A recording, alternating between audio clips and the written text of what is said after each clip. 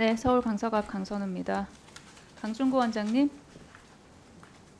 강준구 원장님. 예, 얘기하세요.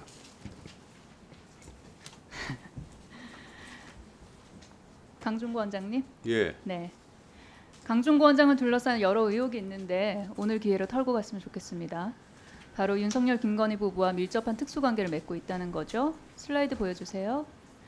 김건희 여사의 첫 해외 순방 당시입니다. 고가 목걸이가 화제가 됐었죠. 당시 재상신고에서 빠져 있어서 논란이 되자 지인에게 빌린 것이라 해명했습니다. 이때 그 지인이 원장님의 배우자라는 이야기가 있는데 사실입니까? 전혀 아닙니다. 네, 다음 슬라이드 띄워주세요. 자제분께서 윤석열 대통령 후보 캠프에서 일했고 현재는 대통령실 공직기강 비서실에서 자생한방병원 사위인 이원모 비서관과 함께 근무 중으로 알고 있는데 맞습니까? 아닙니다. 아닙니까? 예, 대선 캠프에서 일한 적이 강이라는- 있습니까? 예, 그 대선 캠프에는 누구 소개로 갔습니까? 강이라는 애는 지금 우리 딸은 공직기관 비서관실에 있는 게 아니고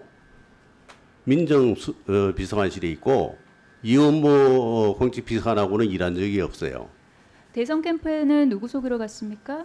그건 학교 추천으로 알고 있습니다. 학교 추천이요? 예.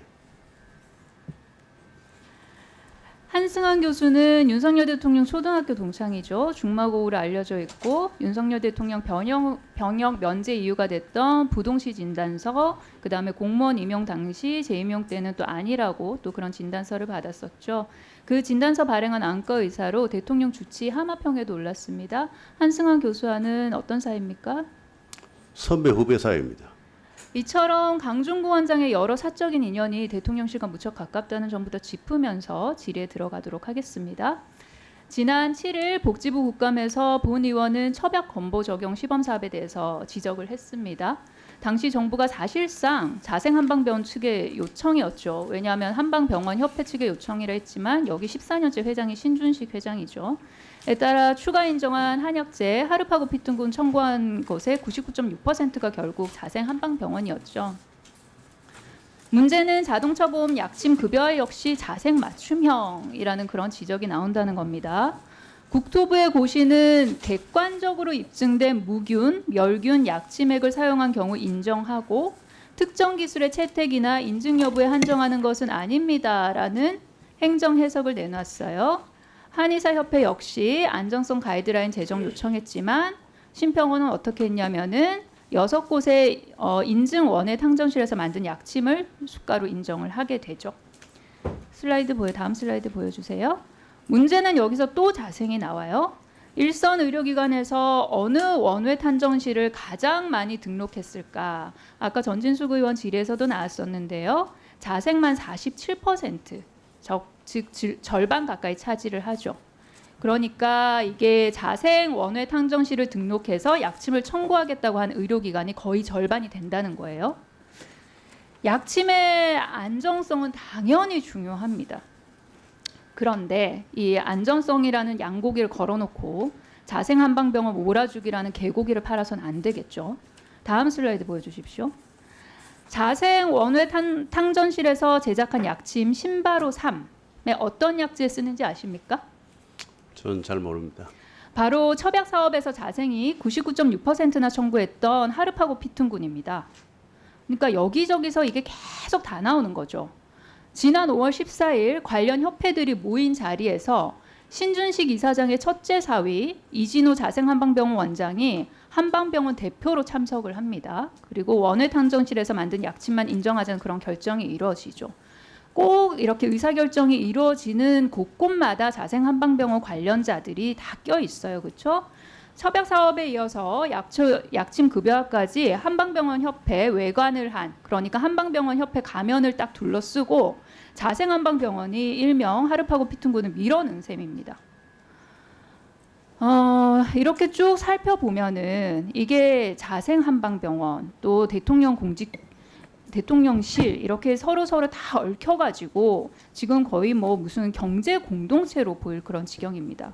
그런데 이런 오해를, 이게 만약에 오해라면 이런 오해를 불식시키기 위해서는 이 강조하는 안정성 그리고 국민들께서 의심하고 있는 형평성 모두 만족시키는 가이드라인을 심평원이 제정을 해야 됩니다. 원장님, 심평원에서 가이드라인 제정할 계획이 있습니까? 필요하다면 제정은 하겠는데 그 지금 말씀하시는 그는 현실 사실하고 많이 다릅니다. 제가 좀 설명해도 되겠습니까? 원장님, 필요하다면 제정을 하겠다고 하는데 그러면 필요성에 대해서는 어떻게 생각하고 계세요? 지금은 인정을 안 하는 그러니까 인정을 받지 않은 탕전실을 이용하는 사람들이 이제 그게 좀 문제가 있다고 얘기하니까 그거에 따라서 다시 한번 기준을 검토할 필요는 있겠지만 전체적으로 이 그 1주기, 2주기 원외 탕전실이 간 거는 제가 설명해도 되겠습니까? 2018년도부터 약침에 관련된 거는 주사 맞고 난 다음에 부작용이 많이 생기고 안전성에 문제가 있다고 그래서 복지부에서 원장님, 2018년 제가 질의를 좀 9월부터 다시 드릴게요. 예. 그러면 지금 원장님께서는 현재 가이드라인 제정 필요성이 없다고 생각하십니까? 현재는 제가 볼 때는 거의 다 원래 탕전실이 인정받은 데에서 사용을 하고 있고 몇 프로가 한 4% 정도가 안 쓰고 있다는데 그 사람들이 다 쓰면 굳이 할 필요 있나 이렇게 저는 생각하는데 그럼 심평원 입장에서는 현재로서는 가이드라인을 제정할 필요성이 없다라는 게 심평원 입장이세요? 예, 제가 직접 만들지는 않기 때문에 그거는 국토부에서 가이드라인을 만들기 때문에 거기 의견을 제출할 수는 있겠죠. 그럼 필요성이 없다라는 그런 의견을 제출하실 계획입니까? 문제가 아직까지 있는 걸 못 봤기 때문에 문제가 있으면 하겠습니다. 아니요, 제 질문은 그게 아니었어요. 필요성에 대해서 여쭤봤고요. 그리고 원장님의 답변은 필요성이 없다는 거잖아요. 그러면 국토부에 필요성이 없다라고 가이드라인 제정의 필요성이 없다라고 제출을 하실 계획이세요? 제가 그걸 더 파악을 해봐야지 될 것 같습니다. 그러면은 방금 전에 필요성이 없다라고 답변하신 거는 그러면 틀린 답변이었어요? 제가 여기에 대해서는 지금 그 필요성에 대한 걸 제가 검토를 안 해봤기 때문에 제가 뭐라고 단언적으로 얘기를 못 하겠는데 국토부하고 생각이 좀 다를 수 있기 때문에 국토부하고 한번 협의해 보겠습니다.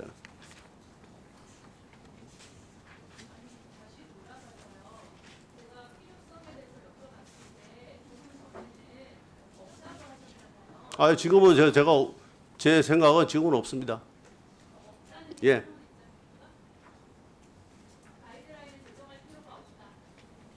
지금은 저 원외 탕전 인정 기준이 있기 때문에 거기에 따라서 하면 되는 건데 다시 또 뭐 이걸 갖다가 또 인정 지금 22년 9월부터 25년 8월까지 지금 인정을 하고 있는데 그 다음에 검토가 돼야 되겠죠.